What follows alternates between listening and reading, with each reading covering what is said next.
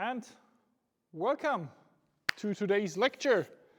Second lecture for the course Emerging Technologies for the Circular Economy. We have one person here that is actually with us. I think there's at least one person missing who promised to be here this week, but we're very glad to have you. I'm not going to ask you for your name so that it's not on the recording, so that you don't get in trouble with your friends. But I'm very happy to have at least one person live in the audience.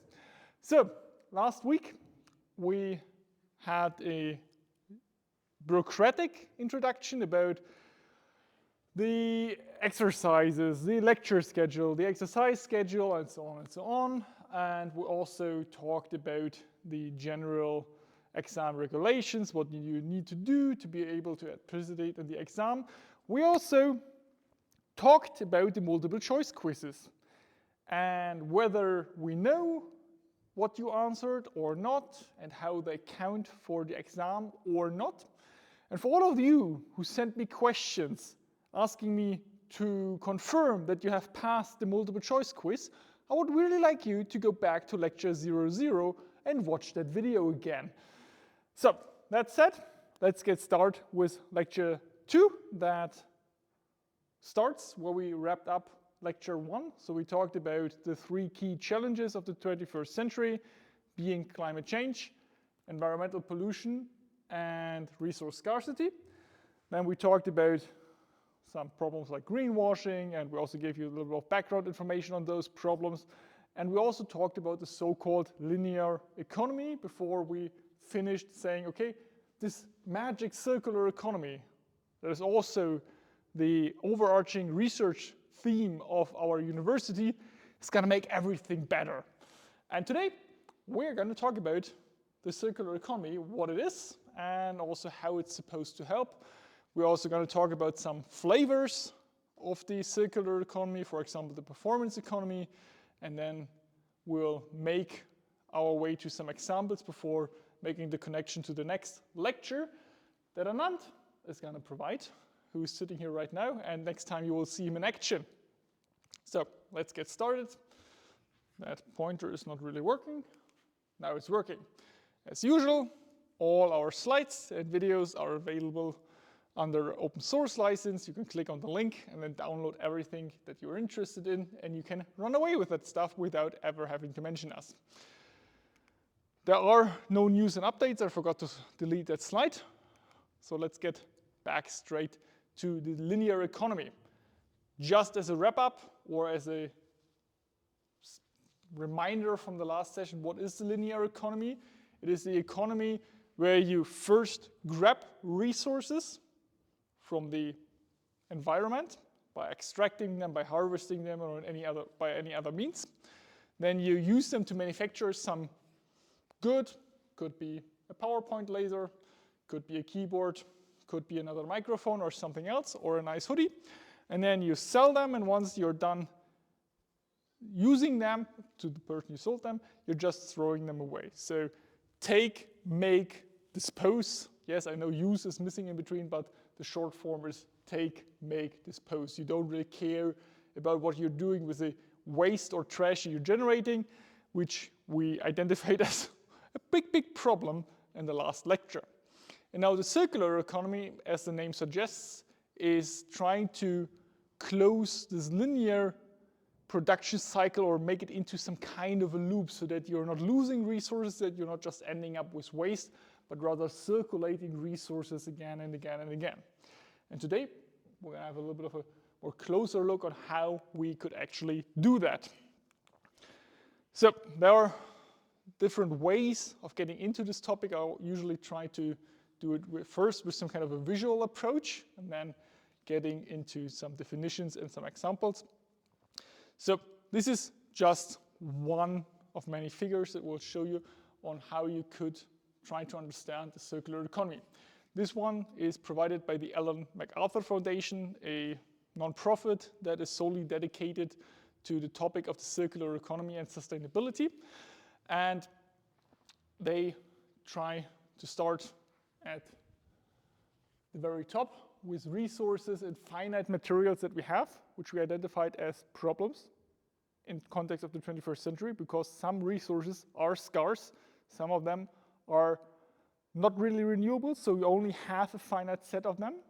And then you use them to manufacture things, first parts, then products, and then use them. So this is pretty much the linear economy. But once you're done with the user or consumer, you try to close some loops. So let's say you have a PowerPoint presenter that you don't need anymore. Sure, you can throw it away.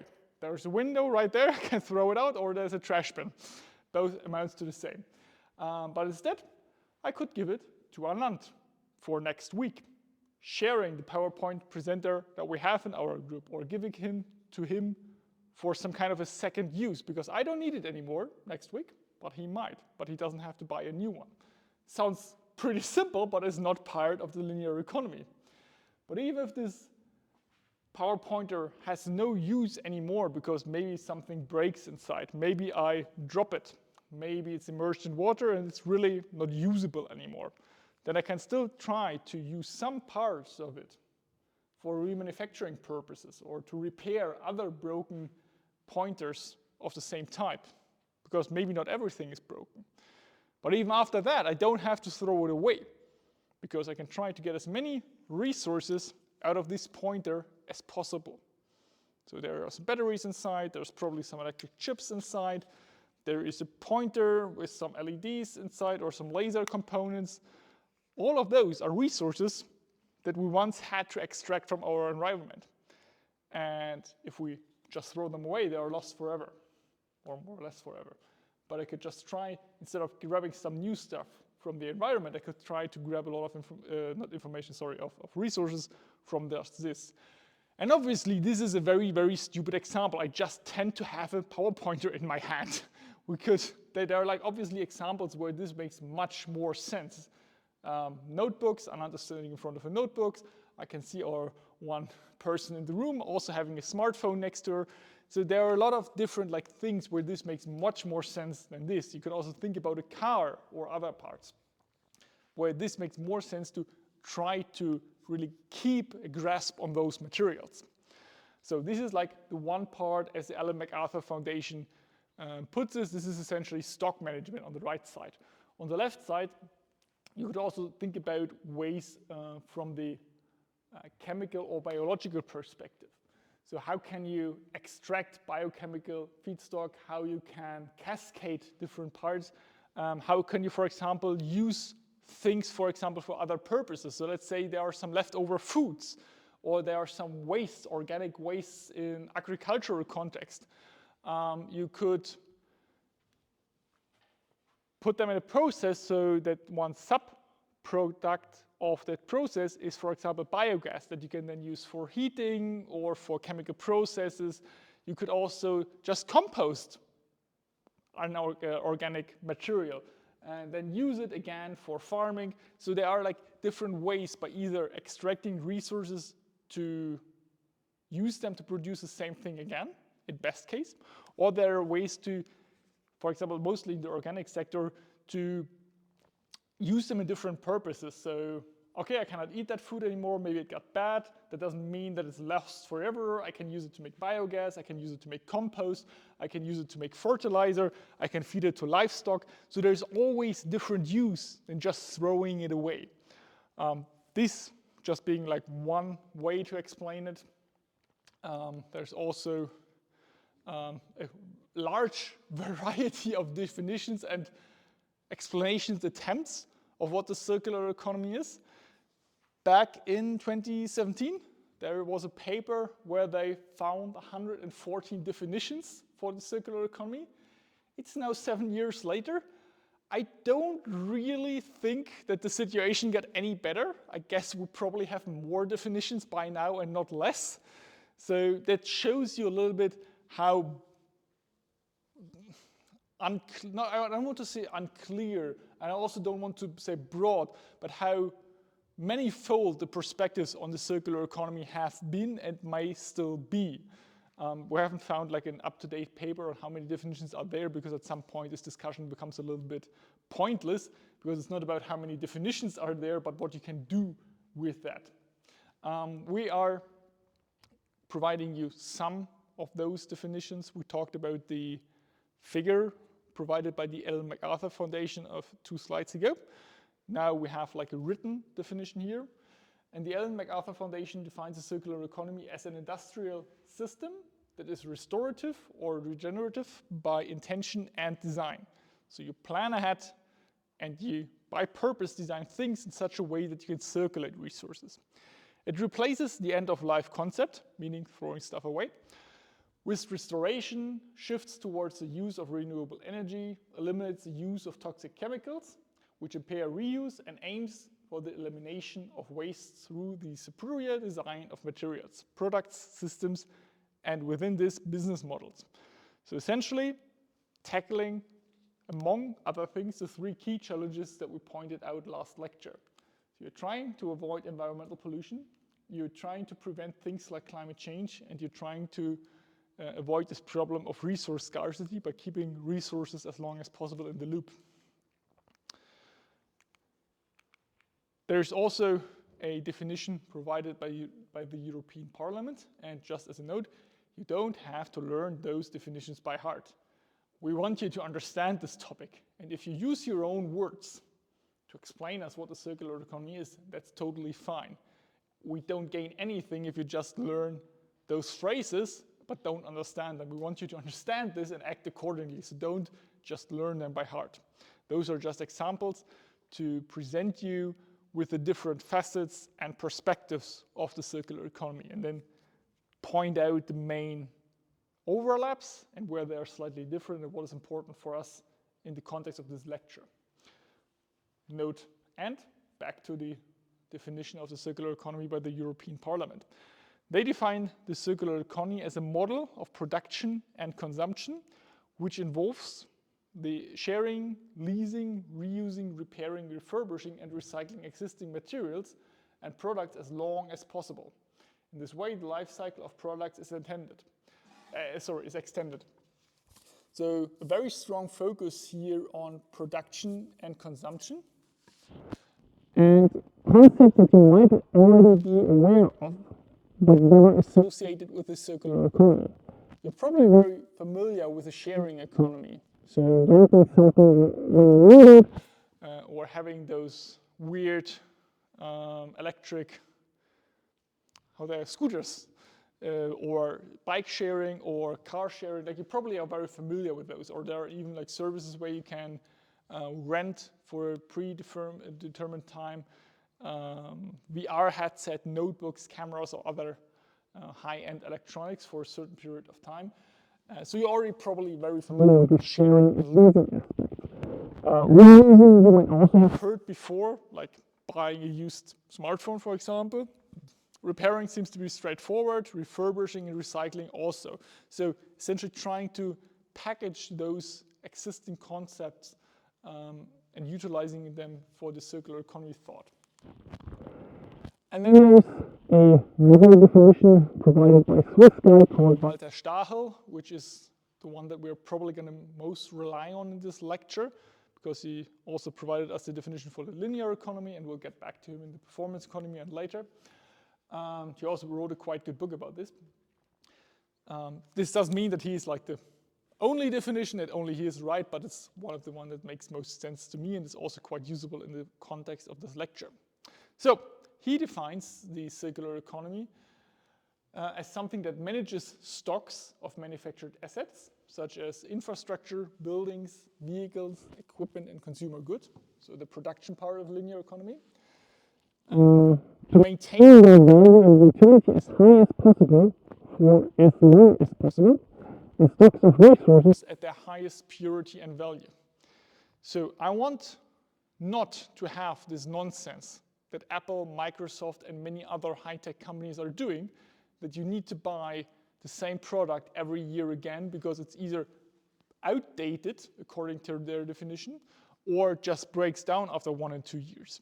You want to have a product that lasts as long as possible. Think about the fridge that your grandparents might have, that is still around while your fridge breaks down every other year.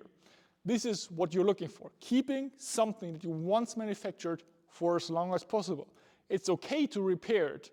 Make it as simple as possible to repair this. The resources that you put into that device should last you as long as possible. And even once that device or product or whatever it is has finally reached its end of life, you can still just grab the resources back out of this thing and use them again to do something. This is completely the opposite of what we discussed last week with Microsoft and Apple creating products that are essentially just mainly glue, but smart glue because it has a display and a CPU. Because all of those parts are just kept together by glue and you can barely get anything out of this or use it in any other way. It's just waste once you're done. So this is definitely not the point. You want to keep that one atom of metal, gold, or whatever you put in there for as long as possible. And once you're done with it, you want to have it back. So that's the main idea of the circular economy. Maintain the value of the thing that you produce for as long as possible, and also keeping the resources that you put in there at their highest purity and quality for as long as possible. That's the main point of the circular economy. And parts of this lecture is first of course going to be understanding how that could be, and then subsequently how computer science and digital technologies could help us to achieve that. We're not going to be able to give you like a full grasp of all the different ways how the digital technologies could maybe do that, but we're going to focus on some ideas and some aspects of how those technologies could do that. Everything else is essentially a whole study program itself. Good. Another definition that is super important in the context of this discussion is sustainability, because the main motivation for a circular economy and for a lot of green behavior and preventing environmental pollution or doing something against climate change is mostly sustainability. But a lot of people really struggle to define sustainability. What is sustainability? Yeah, it's driving less kilometers per hour or not getting on an airplane, but those are merely actions that are supposed to foster sustainability or to enact more sustainable behavior. And it's also not to buy bio grain or bio cheese instead of normal cheese. That's all not sustainability. That's not the definition. And similar to the circular economy topic, there are many, many, many definitions of sustainability. We're probably going to stick to this one here, but once again, you don't have to learn it by heart. You can take another one if you like, or just like explain it in your own words. But we're going to use the following one. Developments that meets the needs of the present without compromising the ability of future generations to meet their own needs. And this is a very, very important distinction, because a lot of the political discourse, especially when 2, 3, 4, 5 political parties are fighting against each other, it's mostly about like, yeah, you're trying to somehow restrict the rights of the people living right now. You're trying to make their life worse, and they cannot survive anymore, blah, blah, blah, just like exaggerating a little bit. But the point of sustainability is always to meet our needs, but only meeting our needs, not the excessive stuff that we're doing right now. Like, I have a right to have a trip to New York twice a year. I have a right for a new iPhone. I have a right to buy a new car every year, and I have absolutely a right to buy a fucking huge ass mansion that is super unsustainable with 15 rooms that I don't need or can't use at all anymore. So the point, what are your needs? What do you need not only to survive, but have an okayish life, but without compromising the needs of your children, of future generations? I know planning ahead into the future is not really the strong side of humanity, but try to do so for the sake of your children. Good. That's our definition of sustainability. There are also other ways of trying to visualize or defining sustainability. That is very famous concept of saying, okay, sustainability is where social aspects, environmental aspects, and economic aspects overlap. What you have when environment and economics overlap is called viable. When social and environment overlap, this is called bearable, and social and economics overlap is called equitable, and only when all of them overlap, this is sustainable. Yes, that exists, that's quite popular, and I want you to be aware of the fact that it exists, but I don't find it really helpful for myself when I ask myself the question, is this option or that behavior more sustainable than the other? Because I don't think it concepts like social, environment, or economics. I'm mostly thinking about, okay, does this fulfill my own needs without compromising the needs of future generations? Do I really need to go on a cruise ship now and burn, I don't know, 500,000 liters of dead dinosaurs? I can answer that with respect to this previous definition, but it's quite difficult to make any kind of judgment using this one, even though this is super popular. So keep it in mind, I don't think this is the best way of thinking about sustainability. And there's a super short way about thinking about sustainability, because no matter what kind of product you buy, no matter how much you recycle, no matter how much AI you throw on something to optimize a certain process, the most sustainable thing you can always do is consume less. It doesn't matter how super easy to recycle a certain product is. If you do not consume it in the first place, this is always way more sustainable than anything else. I'm still waiting for someone to come up with an example where not consuming is more sustainable, other ways around, where consuming is more sustainable than not consuming. Sure, you could start consuming nuclear waste, but that waste then at the end, like you can consume nuclear waste, then you're dead, and that might be a net positive for the planet. But that seems to be rather unethical to consider this a path towards sustainability. So in the capitalistic system, I would argue there's usually not a way to consume something and thereby being more sustainable than not consuming this thing in the first place, because then you don't pollute the environment while producing this power pointer. You're not causing any resource scarcity. You're not contributing to climate change. It's always better to not have this power pointer than having it from a sustainability perspective. So I'm guilty. Good. There are some characteristics of the circular economy, but there's one quite important that I would like to highlight here. So you can go into the details of that figure after the lecture, or just stop the video recording when you're looking at this right now. But there's one super important one that is listed here at the top. In the linear industrial economy, someone produces a product and then sells it to you. And in this very moment, there is a transfer of ownership because you bought it, but also of liability. Because suddenly, it's your responsibility to properly dispose of this power pointer. It's not the problem of the manufacturer anymore. It's also not the problem of the manufacturer anymore when this breaks down the second that they hand it over to you. Yeah, I know there are some legal loopholes there, but theoretically, once you transfer ownership, this is not your problem anymore. And this gives bad and problematic incentives to the manufacturer.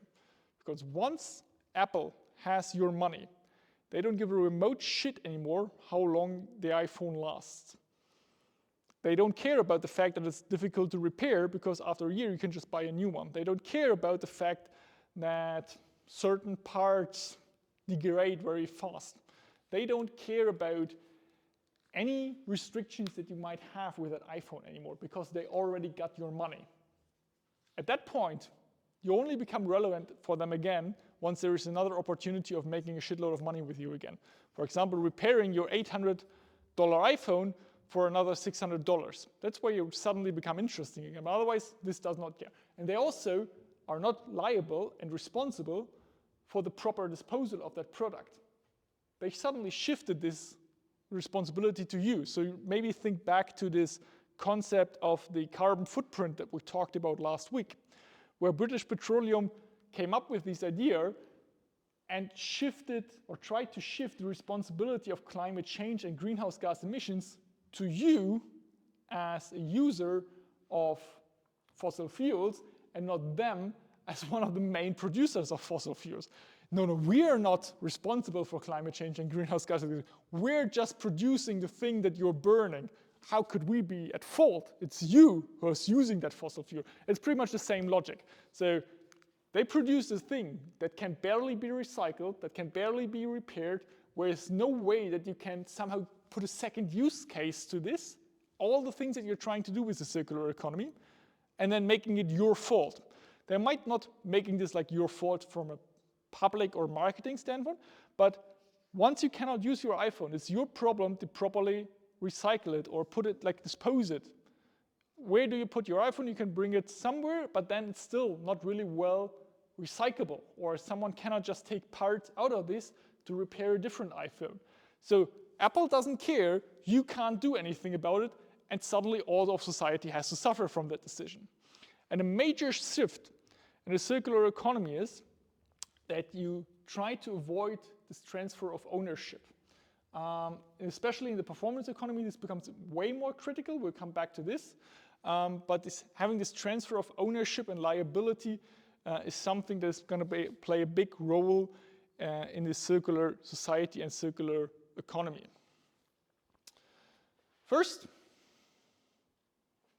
before we go a little bit deeper into this liability transfer or not happening liability transfer as part of the performance economy, let's stick to the circular economy. There are two main so-called eras in the circular economy. One is the era of R, and the other one is the era of D. So first, the era of R, and then the era of D. The era of R is characterized by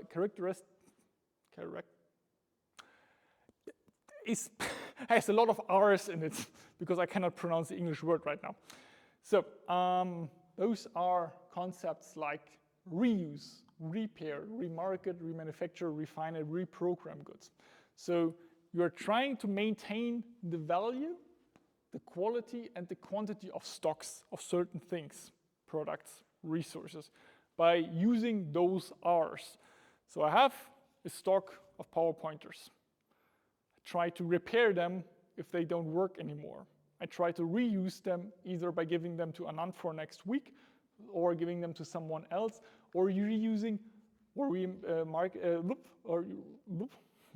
reusing parts of it for different purposes. For example, I could take out the batteries and put those batteries, let's say in, I'm really bad with examples, let's say in my, I'm missing the English words here. What are those things that you can put on your bike that make lights? Lights? Bike lights, thank you very much. Or other purposes. So there are like different use cases how you could use parts that you remove from this in other contexts. You could also try to remarket them or remanufacture them. There are also examples where reprogramming of goods makes sense. So for example, when you have the chips or controller units that have been tasked to do X, can be reprogrammed to do Y now. So that could also be a part. And this is not a complete list of all things that are part of the era of R. These are just like the main examples that Stahel provided in his book. So let's say this is not possible anymore. You cannot reuse it, repair it, remarket, remanufacture, and so on anymore. You really have to go to the era of R, where you try to recover atoms and molecules at their highest quality, meaning purity and value. So you don't want to have a piece that is half metal and half plastic. You only want 100% gold and 100% plastic being separated and at the highest potential quality. And there are various chemical processes or mechanical processes to do so that then are all categorized under this era of D, like depolymerize, de-alloy, delaminate, devulcanize, vulcanize, decode, and deconstruct, and so on and so on. I'm a computer scientist. I'm definitely not an expert on any of those processes. I have a rough understanding what depolymerize means. I have a rough understanding what deconstruction of high-rise building means. But this is not the point of this lecture to make you an expert on all of these parts of the era of D. It is to teach you that this exists and what the idea behind this is. So first, the era of R.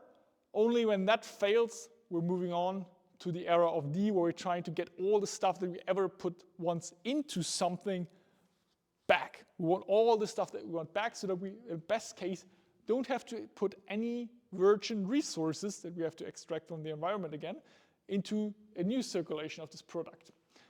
So we have the production, we produce something, sell it, and we're trying to extend the product lifetime using the error of R as long as possible. Once we cannot do this anymore and the point of end of service life is reached, we do the error of R, and then in best case we can go straight back to production without having to put any new resources into this. You might already know this concept from, let's say, recycling of paper or similar, where you can take paper, use it in the recycling process, but you always have to add a little bit of fresh resources into this, at least to the best of my knowledge. You cannot just take only old paper. You always have to add a little bit of new stuff, and then you can make recycled paper out of this. Glass and aluminum are usually considered more or less indefinitely recyclable. It's just a super resource, not resource, energy intensive process because you need a lot of heat to melt glass. You have to sort it a little bit before that, but then melt it and make it into new products. The same is true for aluminum. You have to first clean it a little bit, and then you can use a lot of high temperatures to melt it, make it into a new product. But once again, super energy intensive process. But you get the point that I'm trying to make here. So that idea of not just disposal of things that you don't need anymore as you would do in the linear economy opens some new business models and value routes that you can take for things, because waste does not exist anymore in the circular economy. Waste is just a sign of inefficiencies. Waste is something that has not been utilized now. There is no waste. Everything that you declare waste is an opportunity to at least extract resources for further use in an economy. And this is like a simplified example here. So once you are done using something, or once it's not repairable anymore, what do? Oh wait, sorry, it might be repairable. Once you don't need it anymore, you first try to collect it in a non-destructive way. So that means not just throwing it into the trash and hoping for the best, but some kind of intelligent pre-sorting so that your notebook that might not be powerful anymore, but still working, doesn't end up together with your banana and half-eaten sandwich in the same trash bin. You want definitely to separate them. And you also don't want to just smash them into the trash bin, but rather place them very nicely in such a way that someone can pick it up and use it again. So, but then once you did this, the question arises, can I reuse it? Is it good enough? Or can I recycle it or use it in any other way?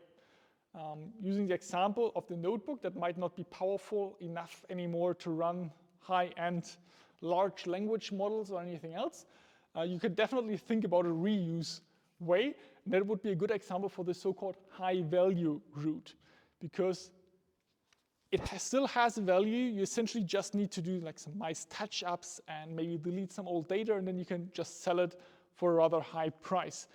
There are various websites where you can, for example, sell your old notebooks, smartphones, headsets, and other high-end IT stuff, and you still get like a decent amount of money. And then they take it and sell it again in some kind, with some kind of extra charge on top. So when you pay 200, or when they give you 200, they sell it for 250 or something like that. Let's assume your notebook is slightly damaged and needs to be repaired. But it's still good because you can repair it and then sell it, but it's obviously not as nice as just taking it, brushing it off once, and then selling it again. So it's slightly less valuable. So it's not the high value route anymore, it's the high value route with a minor minus or something like that. Let's maybe go the low value route to give you also an example there.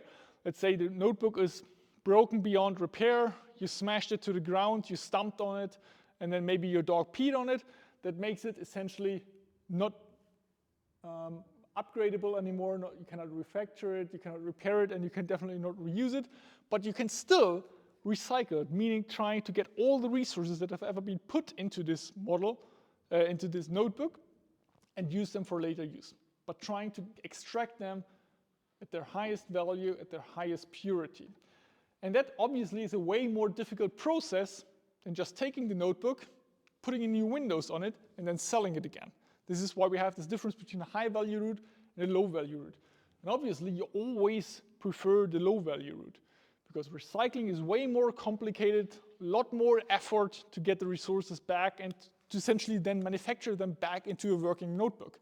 Once you have a working notebook, use it and give it to someone else instead of destroying it, recycling it, making a new notebook out of this and then giving it to someone else. You get the idea of why the high value route should be way more preferable than the low value route.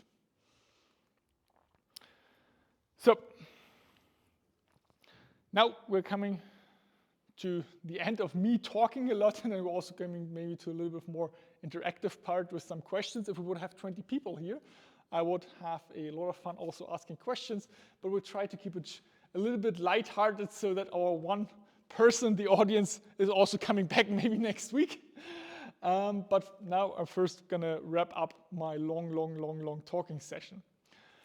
This figure might be a little bit confusing in the beginning. I also did not find it very intuitive, but I highly recommend you to have a look at it again after the lecture in case I don't really manage to give you intuition for this now. But it makes, I promise it should make sense if you look at it in like 4 or 5 minutes and then maybe listening to my explanation again. We're once again back to characteristics that define or characterize the linear economy and the circular economy and how they differ. And the linear economy is mostly defined, or like a very important characteristic of the linear map.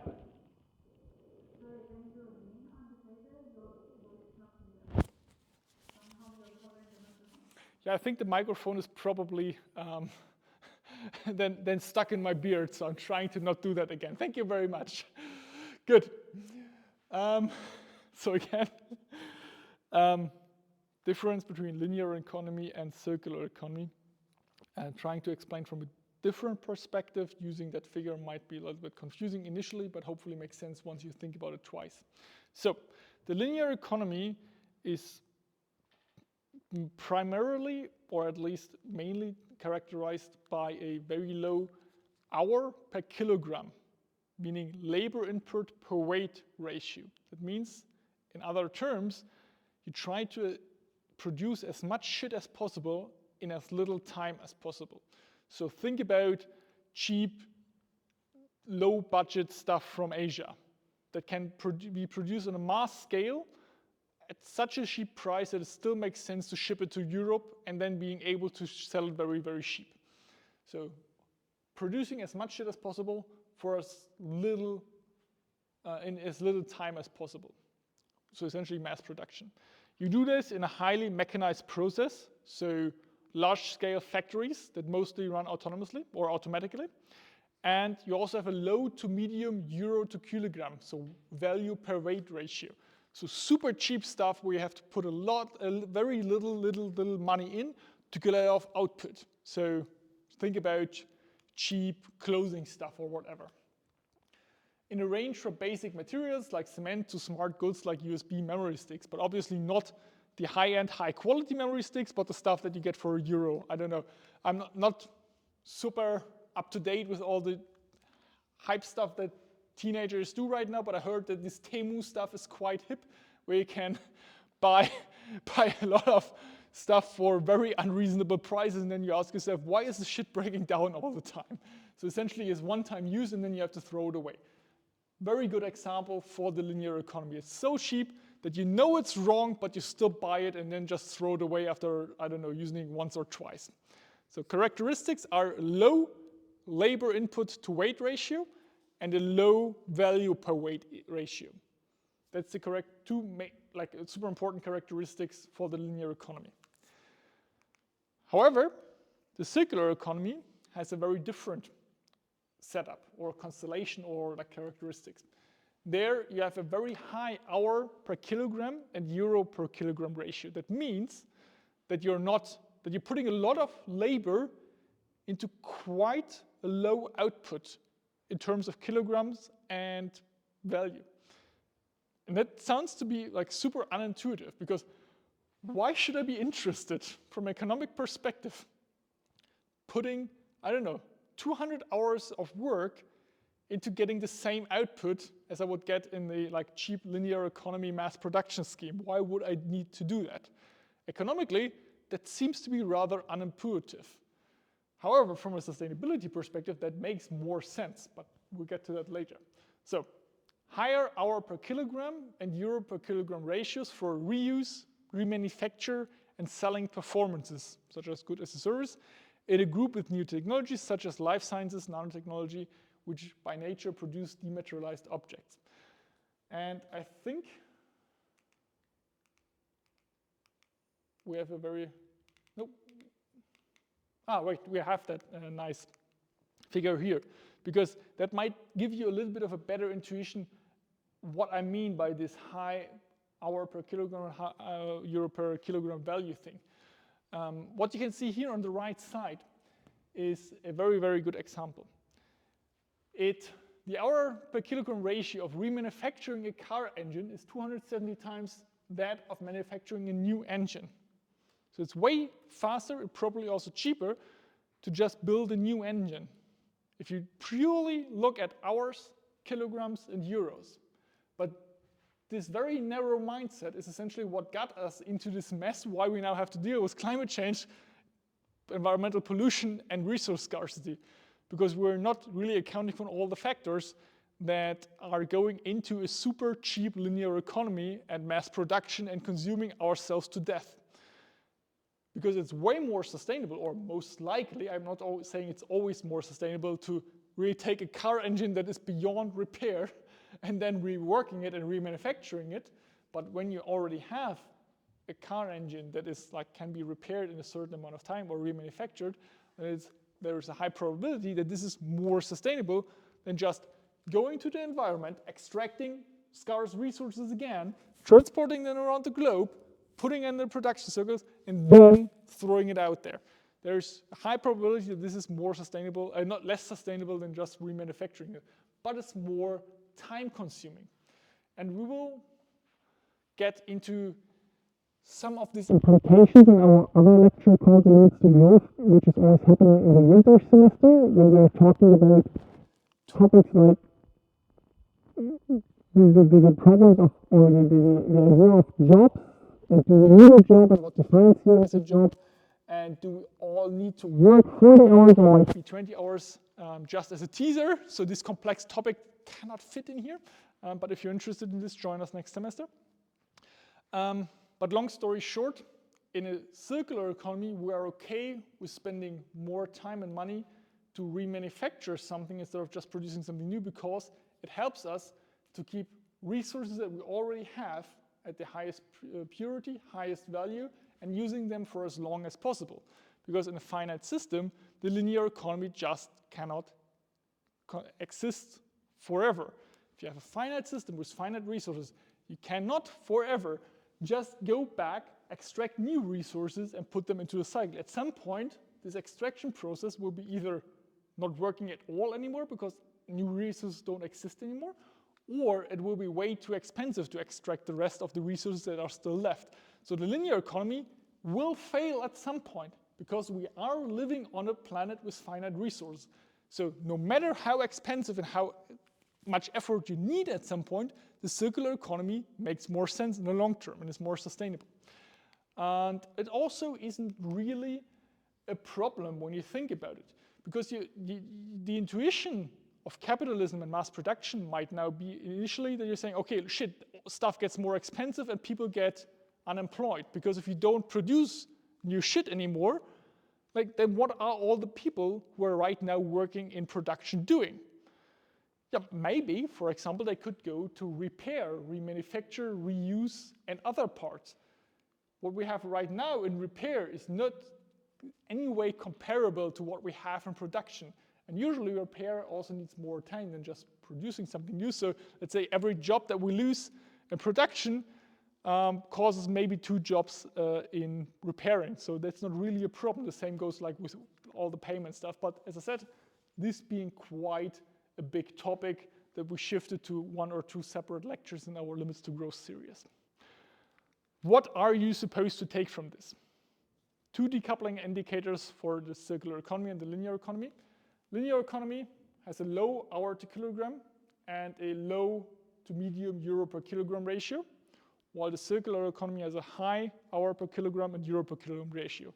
Because you always, instead of just having cheap mass production where you throw shit away, you're trying to keep all the resources that you ever put into something in use for as long as possible. And then once you cannot use them anymore, you're at least trying to get all the resources back. So not having any losses, not having any waste. Waste is a sign of inefficiency. And that just takes more effort than just throwing shit away and polluting our environment. Good. I already promised you an example or a sub-flavor of the circular economy, which is a so-called performance economy.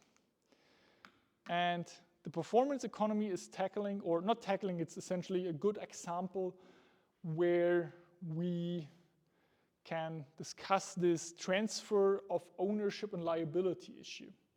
Because right now, you're buying a product, then being the owner of the product, being also liable for the product, and using it. And for various products, that makes a lot of sense. It makes sense to have your own spoon. It makes sense to have your own fork. Probably also makes sense to have your own food bowl. But there are other things and a lot of products that you're only using really once in a while. And our most beloved example that we often use in this lecture is a so-called drilling machine, or maybe even a car to make it a little bit more practical. Because your drilling machine is probably something that you use, I don't know, I guess if you use it once a year, you're already quite ambitious person. Most people don't even use drilling machines once a decade or only once when they move. And a similar example can be given when you're talking about your car. Even if you use your car once a day to commute to work or to go somewhere, it's probably still idling for at least 22 hours. Even if you go 1 hour to work and 1 hour back, which is considered quite long, your car is still sitting in a parking lot for 22 hours not doing shit. And that seems to be rather inefficient given the fact that someone else could use those things while you are not, and thereby would maybe be able to save up on the resources and the environmental pollution and so on that it would cause to create yet another product of the same kind.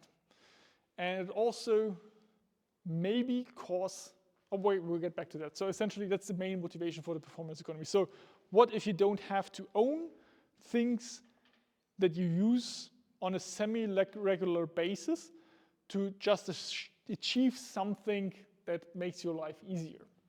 So let's maybe stick with the drilling machine example. You mostly own a drilling machine not because you have a lot of fun drilling holes. You own a drilling machine because you need a hole in the wall.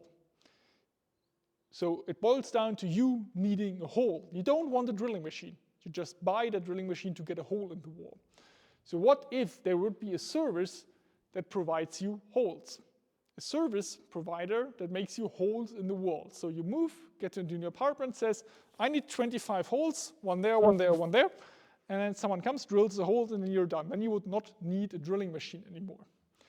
And if that service provider who's doing that, maybe even being the manufacturer of the drilling machine, you get a quite interesting constellation or setup for new business models. Because I've been shitting about Apple, Microsoft, and other companies that are producing products that fail after 1 or 2 years. That would not really make sense anymore in the concept of the drilling machine if that is owned and operated by the manufacturer. Because right now, they're selling you a drilling machine and they hope that it fails very soon so that you have to buy another drilling machine. If they are selling you holes instead of drilling machines, they will build drilling machines that last as long as possible because they're getting paid per hole and not per drilling machine anymore. So suddenly, they have a super strong incentive that it lasts as long as possible. If it doesn't last as long as possible anymore, that it's easy to repair. And even if it has reached the end of life, that you can get all the resources back from the drilling machine to manufacture a new drilling machine. So with this idea of you don't have to own all the shit that you use on a semi-regular basis, you can open up a whole new opportunity for a business model. And you can also extend this to the example of the car that we just mentioned. So think about, I don't know, self-driving cars being available very, very soon or whatever. You need a car, not because most people, I know I'm in Germany, I'm a German, I should be super fascinated with cars, but I'm not. So let's exclude the Germans who are super fancy and love their car and think it's a second religion. Let's exclude those and just think about a car in terms of utility. What does a car provide you in terms of utility? It transports you from A to B. Whether you do this in a Ferrari or in a super old school car, it doesn't really matter, you get from A to B. Like you're selling a performance, a result. And you're only interested in getting from A to B, and as long as you're getting from A to B, you're fine. That means your car that is idling 22 hours a day could be replaced by some kind of a transportation service that just makes sure that you're getting from A to B whenever you need to get from A to B, and that's it. We could reduce the huge amount of cars that we have right now by a fraction of those cars that, let's say, are somehow autonomous, waiting for you to call them, providing you some transportation services, getting you where you need to be, and then they are done. And then they can service the next partner. So essentially increasing the utilization of a single piece of product, hardware, device, or whatever. So either for the drilling machine or for the car. And that being two examples to illustrate this little idea of the performance economy. So you're not transferring the ownership anymore. The manufacturers or some kind of fleet managers remain the owners of the things they are selling you. They also remain liable for those because suddenly they have a huge interest in keeping them living as long as possible, being easy to repair, being easy to recycle, getting all the materials back, and so on and so on. And they can make a lot of money with that. And you can even make this like a super radical concept where you're not thinking about just selling the performance of the drilling machine or selling the performance of a car driving you somewhere, but you can put this down not to like complex products, but actually down to the molecule level. You could think about this as selling, renting, or giving away molecules and asking them back at some point. So this is quite unrealistic on a day-to-day use basis, but this is essentially then the idea of the performance economy where you're not interested in owning anything anymore, but only interested in the results, the performance that is given to you. And that's being like a sub-example of the performance economy. As usual, after a long discussion or explanation on like examples, there's also a proper definition, again provided by Stahel here. The performance economy sells results instead of objects. Its economic actors may be manufacturers of durable objects or fleet managers operating them. In both cases, they sell the use of these objects as a service over the longest possible period of time and maximize their profits by exploiting both efficiency and sufficiency solutions.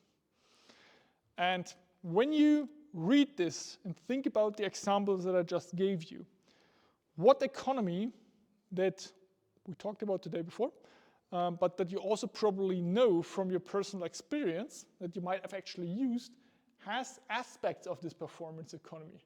And now is the really mean time where I'm also asking our audience, which is currently not listening to me. Hello? Which economy, if you read and if you listen to the performance economy, is there an economy that you have used yourself or that you are aware of that sounds a little bit similar in this performance economy where you're not owning stuff but interested being in the result or just using something? Is there something that comes to your mind? I don't have a car and I go to any other place by taxi. Partially, yeah, that would be more. So I'm just repeating that because the audience probably cannot hear. So we talked about taxis as operating to getting you from A to B. That's one good example. Another one with these green scooters. Green scooters that are often placed in the middle of the city center. Maybe I can rent one. So a sharing economy concept, where you also have a large fleet operator that gives you stuff for a certain performance of getting from A to B. So the sharing economy concept has certain aspects that are already in place now that are similar to a performance economy. So this is not, like, it sounds super radical to say, look, I'm renting you molecules, or I'm renting you atoms, but parts of this performance economy thought are already in use. So you have like used two things of those examples already without knowing that those are related to performance economy.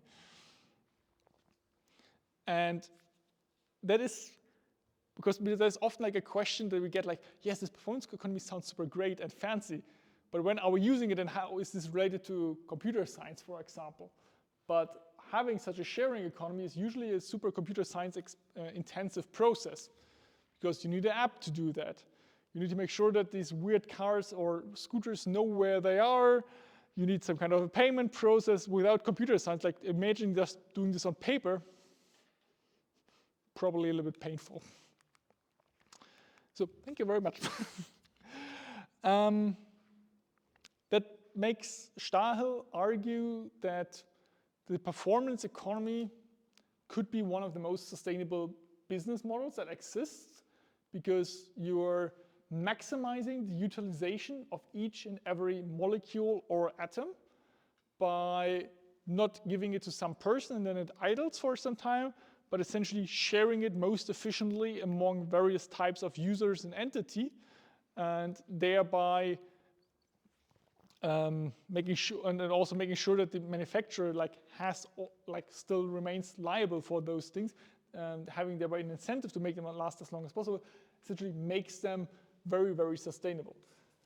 You have each and every atom so that they last as long as possible, and by making the producer manufacturer liable, you're also making sure that they have a valid interest in keeping those models or those products working for as long as possible, not causing any environmental pollution, not ending up as waste, not being difficult to repair.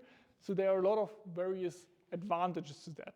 Think about the sharing people with their scooters. They have a very big interest in those scooters being super easy to repair because they break down all the time. People kick them, people throw them off bridges, people somehow break them, and then it would be a big problem if they cannot be repaired, if they behave like an iPhone that is essentially just a big pile of glue. That would not work for those scooters. Good. All the other bullet points coming here is essentially just something that I already said using my examples. Now, let's put all of this together in one big figure.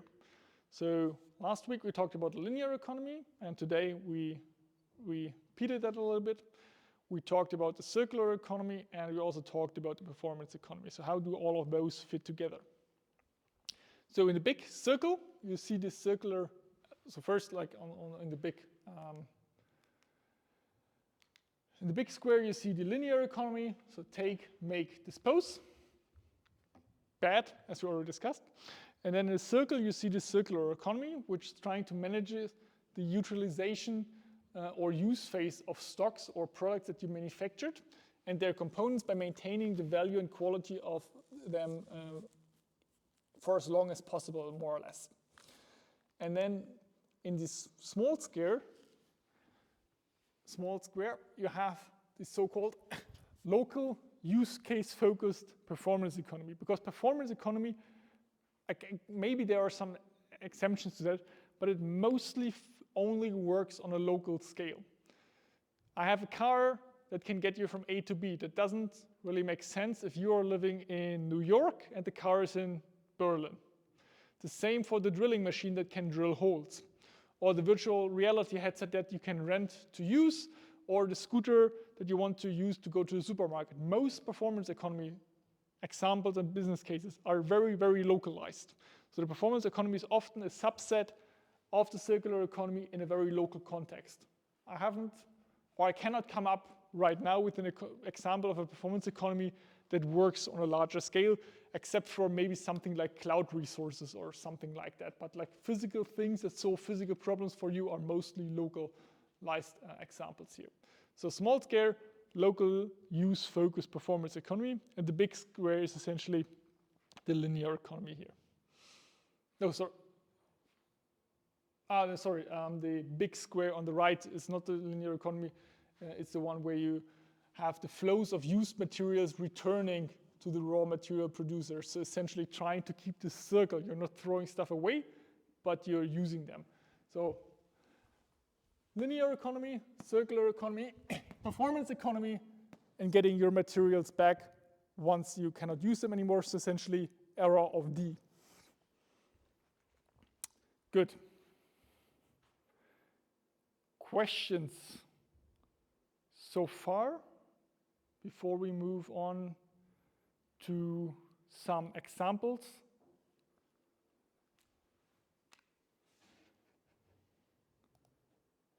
Mainly meaning super urgent understanding problems. It doesn't seem to be the case. For minor stuff, we still have the Q&A session that follows in a few seconds or minutes. Good. Now, first part of the lecture done today. Circular economy. Now, we're moving on towards the topic of emerging technologies for a circular economy. I hate this pointer.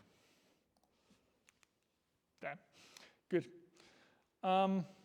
So now the idea or the question is, how do we bring this idea of a circular economy that is obviously very technology driven, because all the stuff that we want to do in the era of R and era of D is high tech stuff. Usually, especially on a large scale, it probably doesn't yield the same results if you think about this without any types of technology. So when we now trying to enable a circular economy that is clearly not here yet, there might be aspects of it, as we just discussed with performance economy and sharing economy. Those might exist on a very basic level, but are not super common within the society yet, and they are definitely not the default option, because we have way too many cars still, we have way too many drilling machines, we are still polluting our environment, we still have using too many resources. We've discussed all of this before. So the question is, why is it not there yet, and how can we get there? And since we are technicians, we are computer scientists, we're mining students, we're like mostly people from a technical university, the question is, okay, how can we get there? And a guy called Arthur Bryan thought about this from a quite interesting perspective. He thought about ways on how technology evolves, because technology has to come from somewhere, and then technological breakthroughs also have certain requirements or prerequisites to occur. Like a technology breakthrough is not just happening overnight or coming out of nowhere. It's not just something that occurs. It is like part of a process. And he thought about this, okay, how does this process work? Because you have maybe something like survival of the fittest in the context of Darwin and biology, which is often misunderstood, but just like as some kind of evolution. So does this also exist for technology, or how does technology evolve from one step to another, and how can you use it to solve problems? And he said in the past, many new technologies have emerged and disrupted existing economic models. And also, so they have disrupted those economic models, and that often an economy is an expression of its technologies. So that radical shift in an economy is often caused by a new technology coming up. So let's say the steam engine, or being able to use fossil fuels or on large scale, that always made a shift in the economic model. And if an economy is an expression of its technologies, you could ask yourself, okay, why is the circular economy not there yet? Maybe because the technologies that can enable it are not quite where we should be. That could be like a deduction to make, and that we'll use continuously in this lecture. So you could argue that the current unsatisfying state of the circular economy, or the fact that we don't have it yet, reflects a lack of sufficiently developed technologies. And this is then mainly where you, as technical students, come into play in figuring out, okay, what's missing and what do we need to do. So more precisely, we have difficulties of the stakeholders in combining the technologies that are required to enable a circular economy. So how can we make this era of R and era of D work, thereby the circular economy, and also as a sub-flavor, or like a different sub-flavor, the performance economy? What types of technologies do we need? And 2 technologies is what we're going to cover in this lecture series. By no means all of them. For example, we'll completely disregard the complete AI part, which is complicated in itself, not only from a technological perspective, but also from a sustainability perspective, because training something like ChatGPT requires quite a lot of resources, and in order to use ChatGPT in a sustainable way, you would need to make up for a lot of environmental destruction to make it somehow sustainable. But this is a completely different topic. So why are we looking at technologies in this lecture? Because we're following this idea of Arthur saying, look, we don't have a circular economy yet because those technologies that we would need to implement it and make it work on a large scale are not quite there yet, and we have to work on those. So, and with those new technologies, and with especially like our computer science perspective, we also have to think about new business models. So if you're saying we need new technologies, they will disrupt the economic models, then you probably also need new business models. So because when an economic model is disrupted, that means that the way of doing business before and after looks different. If we now throwing a lot of technological advancements, not only mechanical and chemical, but also digital technology is something, we also need new business models. And making them more circular and not being so dependent on this linear idea is going to be part of what we're also looking at in this lecture. And something that we're coming back to repeatedly, especially as part of the first technology, namely the Internet of Things that we're looking at, is this set of 2 pyramids, one being upside down and the other one having the correct angle, where we are looking at the topic of information. Information being one of the key factors to enable a circular economy. Using the example of the car, the self-driving car and the performance economy. In order to convince someone to give up their own car and using a performance economy car, a self-driving car that drives them always from A to B, you need to ensure them that there will always be a car available when they need it. That means that you need, of course, enough cars to service all citizens, but that they also, like there is a way to know when does a person need a car, when do a lot of people need a car, where does this car need to be. This car also needs to navigate from A to B, and if it's a self-driving, fully autonomous car, there are even more information involved to make that car move in the first place. The same is true for the drilling machine. You need to know how many drilling machines, how many holes have to be drilled. When you're then thinking about making this product last as long as possible, you need to know how was it constructed, how is it supposed to construct, how does it last as long as possible, what resources are in this. There is, in the circular economy, a super big focus on information. If you don't know shit, you can't make a circular economy happen. And this is why, as part of this Internet of Things, we will have repeatedly a look at this data-driven smart circular economy framework. A circular economy won't work without information. But data and information, first of all, is not the same. And there are also different levels on how you can utilize data. So on the very bottom of this pyramid, we're talking about so-called data collection, or in the context of the Internet of Things, we have a lot of sensors or sources where we collect information.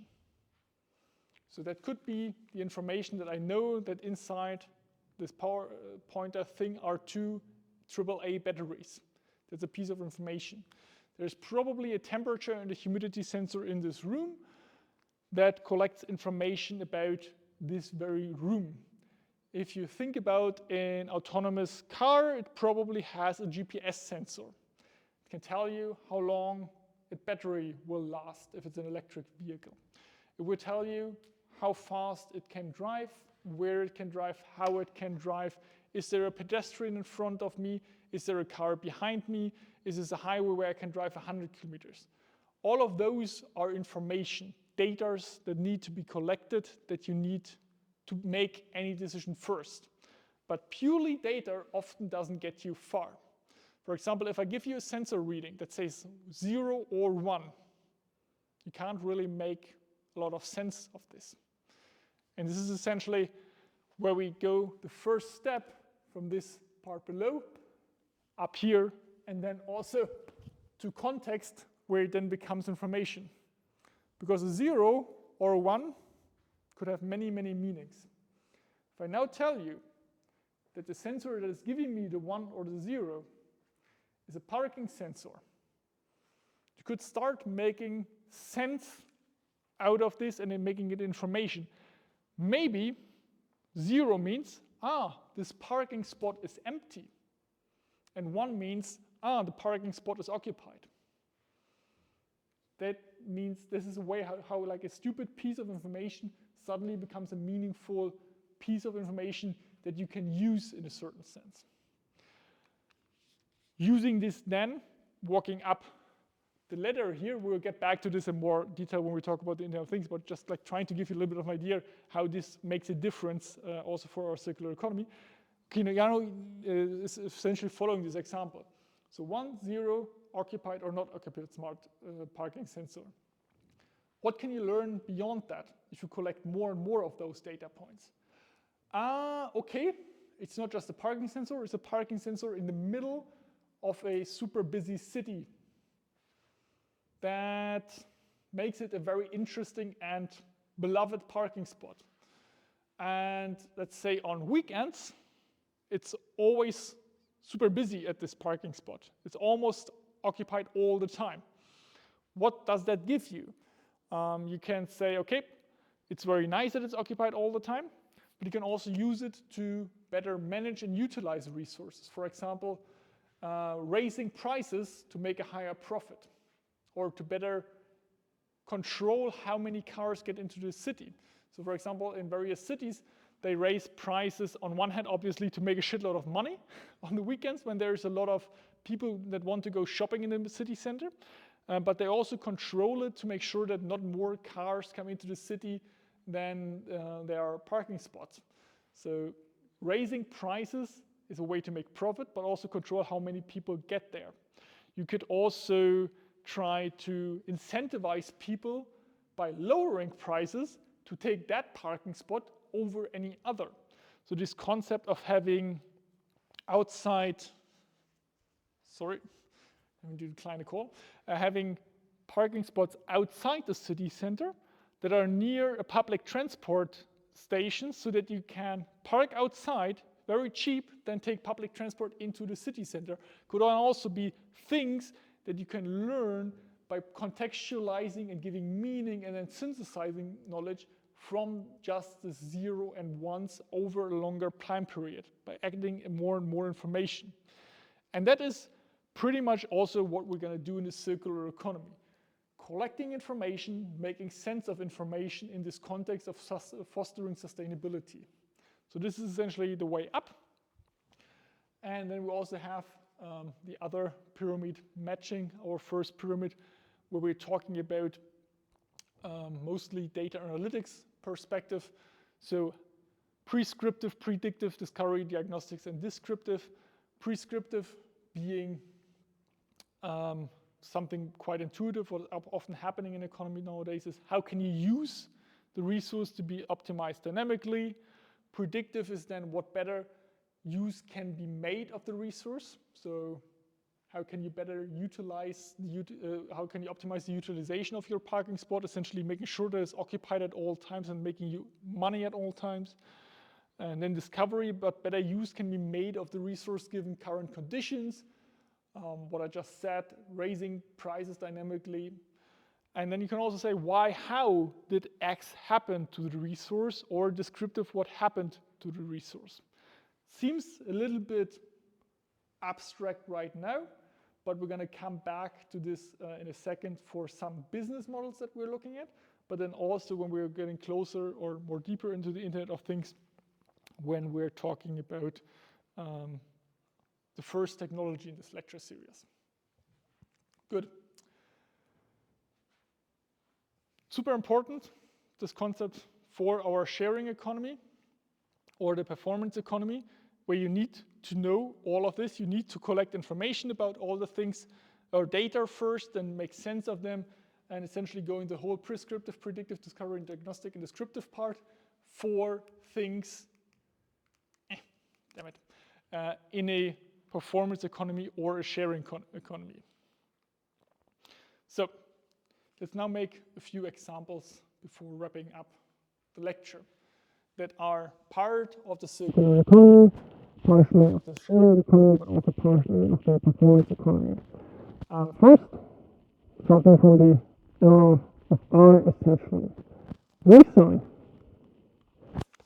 There are, this is definitely not a complete list, obviously, but there are various places that are already existing in making business of reselling and reusing existing things like IT devices. So Momox is a platform where you can sell them, books, CDs, DVDs, as long as they are still recent, or IT devices, and then you get some money and they resell them for you. So something that would in some product or thing that in a linear economy would be considered waste is now repurposed as part of the era of R by reselling or reusing it. I don't need that pointer anymore, I will give it to Anand, or I could also resell it on Momox, Kleinanzeigen, Rebuy, Craigslist, Facebook, whatever. It's all the same thing and it's very accessible to you right now. You're maybe already using it, maybe you're not, but this is essentially also to give you a feeling of what circular economy entails, part of this. But all of this has somehow already this pyramid scheme that I sent you in place, or would work much better with this pyramid scheme that I just showed you. When I'm selling you a notebook or a smartphone, you would love to know how often, how much, how long, and in what way I used that smartphone. I'm telling you I used it for 2 days only, and then I decided I don't like that smartphone and now I'm selling it. How do you know that I did not use it for 2 years or 5 years? There might be some indicators, but you'll never be sure. But if there would be a way that the smartphone just tells you, look, I've been used for 5 years and this is information that no one can manipulate, you would know much more. Same is true, for example, for a hard disk. If you could get information on how much data has been written to it, how long it has been operated, you would know how long it could last in the future.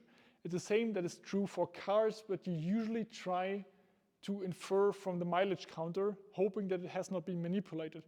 A car that has driven 200,000 kilometers has less lifetime left than a car that has only 20,000 kilometers on the counter.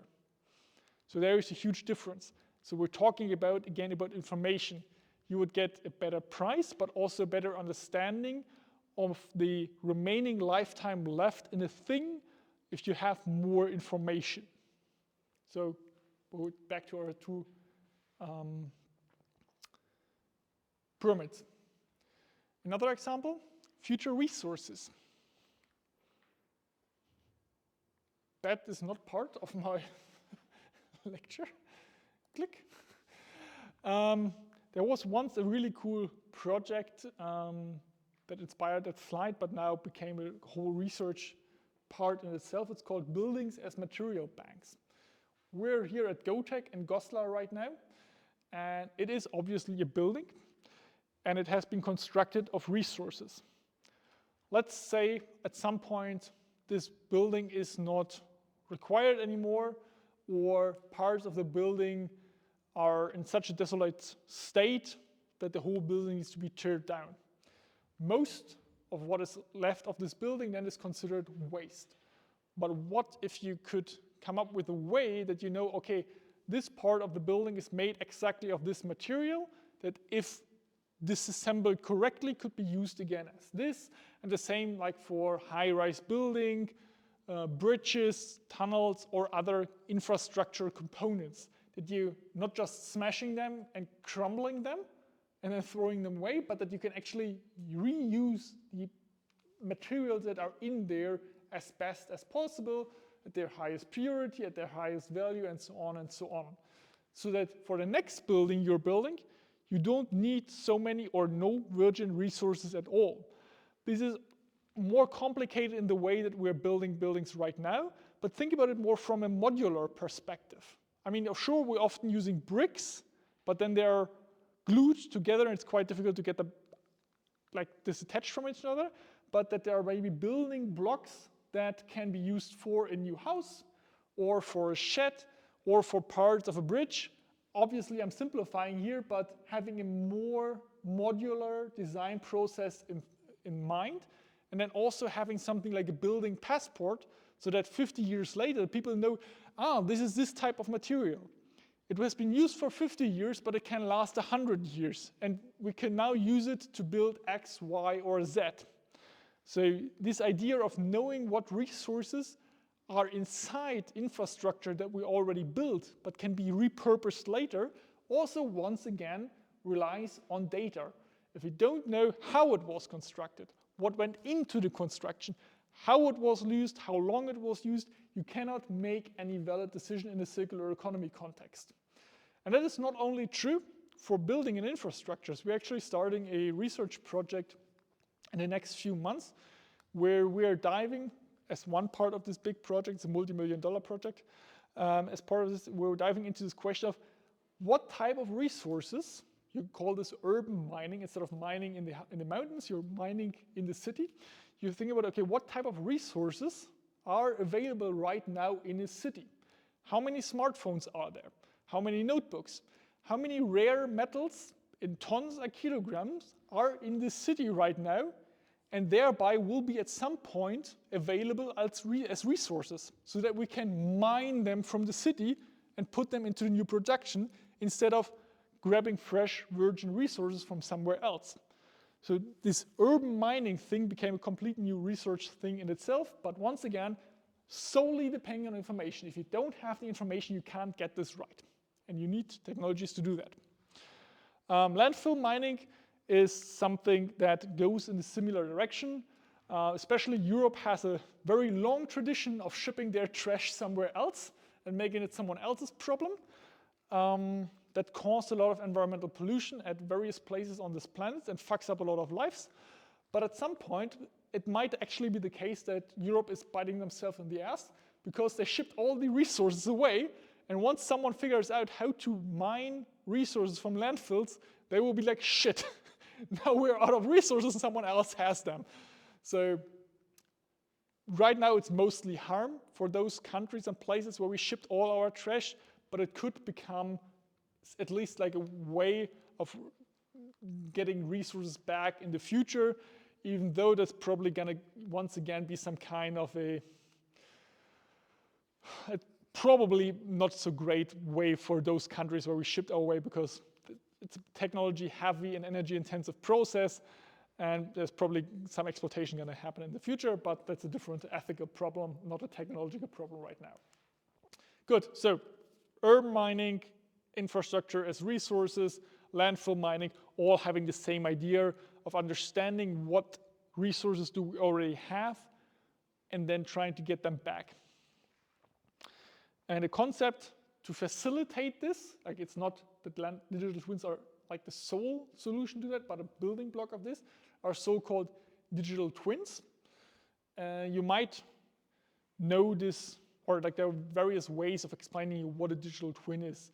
But usually, the simplified explanation is that you have a real-world object and your digital presentation of that real-world object.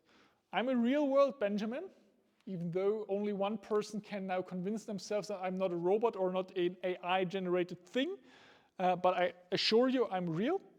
And then there is a digital representation of myself. For example, I have a German passport.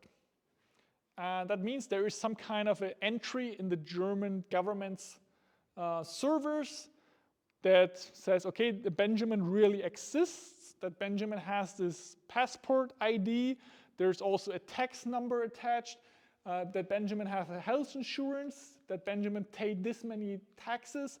So from all of those digital information, you can construct a certain viewpoint or a certain perspective of that Benjamin, of that real world Benjamin. But obviously, all those digital information do not represent me as a whole thing. And the same is true if you think about all the information that Facebook might have on me, or other service providers like Google, Microsoft, the CIA, or whatever, or the Chinese government. Like they all have a digital representation based on the data and information that they have on me, but it's not me as a real world object, it's something that resembles part of me. And that is essentially the idea of digital twins, collecting information and data about a real world object to model it as close as possible to the real world thing. So you could think about, before we go into the definition, you could think about, for example, the Okertalsperre, the dam that is holding back the river Oker to store extra water or excess water. You have that real thing sitting in the Harz Mountains, and you have a digital representation that tells you it's this long, this high, this thick, and there's this much water stored behind it and this much water flowing through it right now. And that probably gives you enough information to work with this thing, saying, okay, if it gets higher, you release more water. If it gets lower, you release less water to store some more water, something like this. But you don't need all the information about this thing to make those decisions. And this being like intuitive ways to explain you what a digital twin is. There are hundreds of definitions out there. A lot of them overlap. Some of them are just ridiculous. I'm just giving you like some quick glimpse at this right now here. The main idea being you have a real world object and you're trying to describe them using a digital representation in a simplified manner. Once again, that's what you need information for. And why do you need digital twins? Of course, to describe me as a real world thing or the Okertalsperre, but also, once again, we're getting now back to our autonomous cars or the drilling machine or any other good that is part of the circular economy. They help you to essentially describe and judge the state of a product or a thing. I'm about to sneeze, so no, not anymore.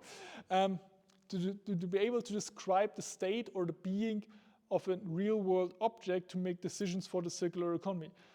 This is a notebook. It's described by its physical properties, size, dimensions, weight, CPU type, storage space, screen, whatever.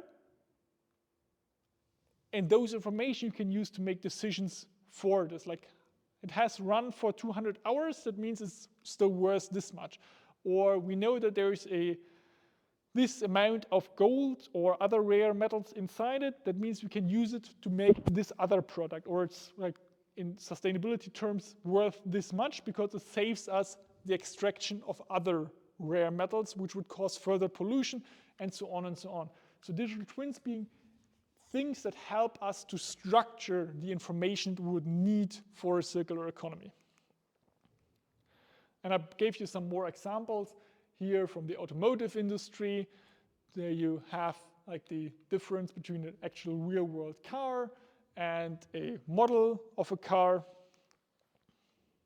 You also have the same for smart cities, where you can build digital twins of cities. Here the example of so-called Herrenberg, but there are other cities like Santander that have extensive digital twins that help you to, for example, manage traffic, parking spots, public transport on demand, and other things. So there are like various use cases that are partially part of the circular economy, partially not. A digital twin doesn't always have to like be connected to a circular economy or sustainability. You could also have a digital twin of a weapon system that has nothing to do with the circular economy. Aviation and aerospace also being a topic in itself, because it's quite challenging, expensive, and digital to always test a real airspace for certain behavior. It would be much more comfortable to have a digital twin in a simulation to test behavior of an airplane, where you don't actually have to put it, like to first build it, then put it in the air with a pilot, and then see what happens if you make a loop, or what happens if it loses a wing. What happens? Like, you don't really want to test that in reality. This is not circular economy related anymore, but another example of a digital twin in use. And in medicine, you can do the same. I can obviously always test medicine on people. I can also try to do this on a digital way. I can always also go to a doctor to get certain information about me gathered, or I can use a smartwatch or other ways of gathering information or data on the fly, and that then can be used to construct a digital representation of Benjamin's health status again, and then make certain decisions that maybe help the doctor to give you like the correct treatment. But many, many, many examples there. Good. So what was the point of this session, or of this third part of the session? Giving you first examples of things where like circular economy is already maybe part of your life without you knowing it, but also understanding that it's not the default option yet to buy used stuff on Kleinanzeigen, or to get all the stuff that you need on websites as second use or reuse cases, or just repair things that are broken, because there are things missing. And the argumentation of Stahel is that mainly these missing things are technological advances that make it more comfortable or more easy to use. And we're making the case here that most of those things missing are related to a lack of information, that the breakthrough of the circular economy is right now limited by the fact that a lot of information are missing. And two technologies that we're going to look at this lecture, first the Internet of Things, and then for the computer scientists later the blockchain technologies, are very information focused on how to handle, get, grab, process, better understand information to make a circular economy happen. A topic that we're gonna touch next week handles a little bit the supply chain direction, where information once again are important. What went into a certain product, how long lasting is it, where did those resources come from, how much damage did they cause when we extracted resources. Let's say you build a car, you need a lot of resources for that. They're coming from different places, they cause different types of pollution, they cause various types of energy consumption, and so on and so on.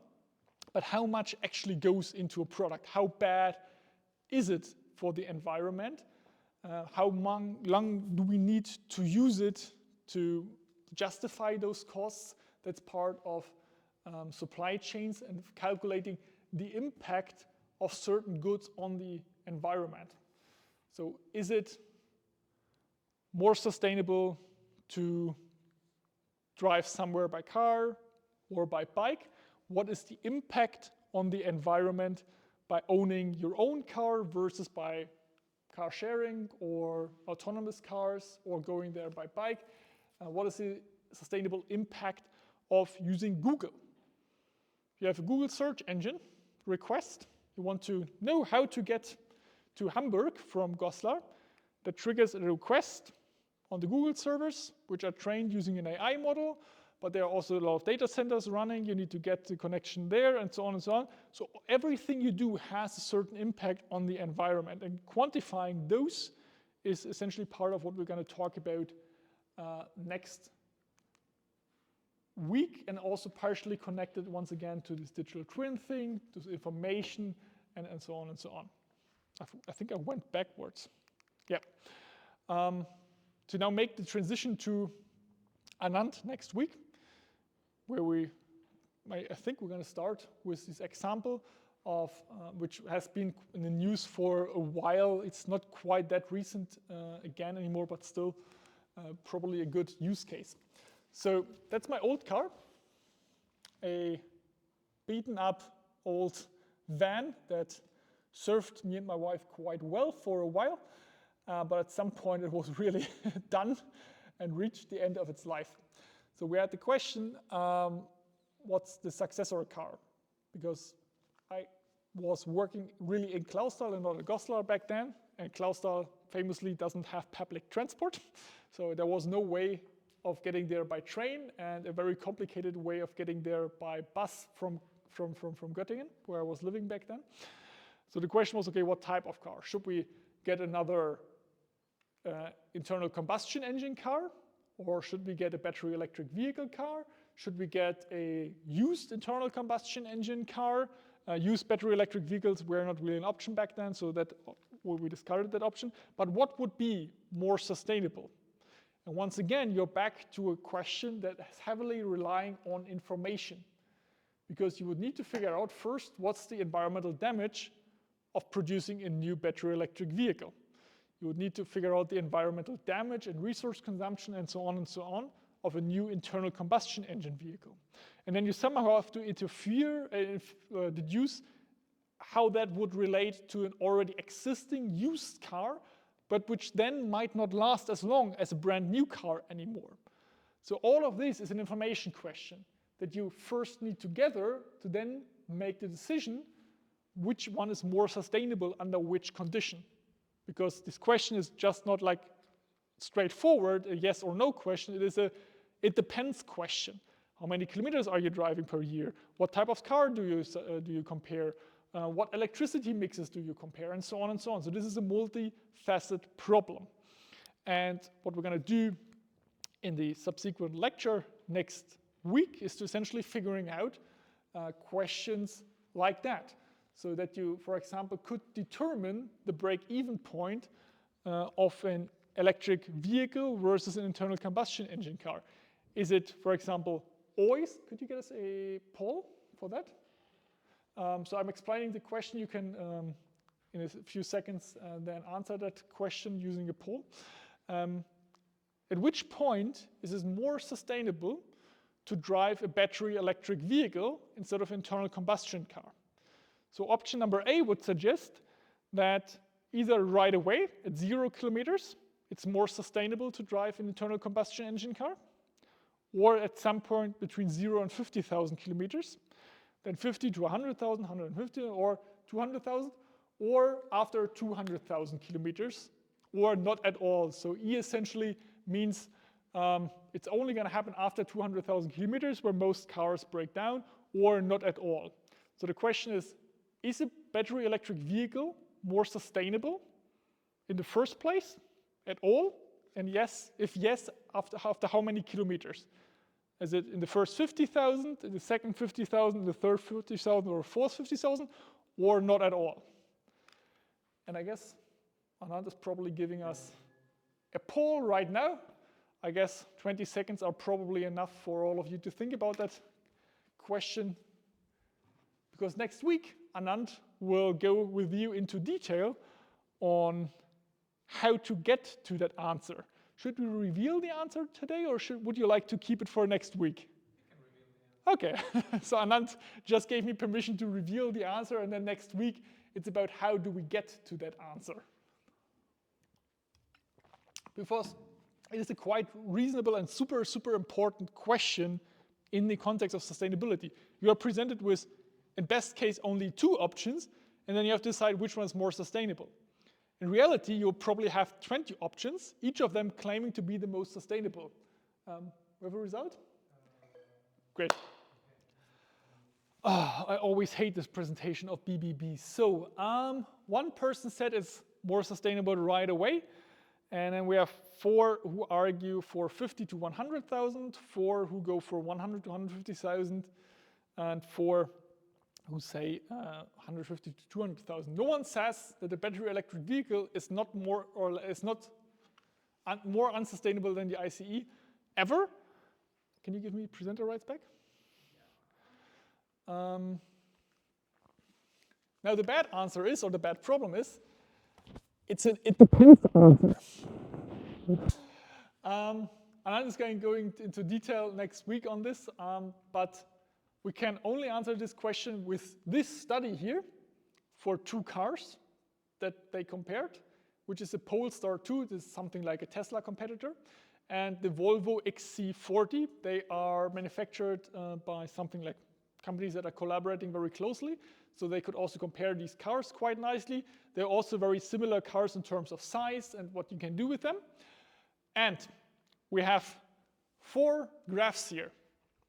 The first red graph is the Volvo internal combustion engine car, the XC40, and it starts with a 10, slightly over 10, let's say 15, 16 tons of CO2 equivalent. So if you take the whole production process that it takes to get that car, from extracting the resources, producing that car, and calculating everything in so-called CO2 equivalents, so finding damage equivalents for these cars, you're ending up with something like those 16 tons. And all the battery electric options start significantly higher, somewhere around 25 tons. So at 0 kilometers, the battery electric vehicles are worse. If you take them and put them in the trash right away, they would have caused more damage to society than the internal combustion engine car. But as you can see, for all the 3 electric vehicle graphs, at some point they catch up with the internal combustion engine car. And the reason why we have 3 different graphs here is that the study looked at 3 different electricity mixes.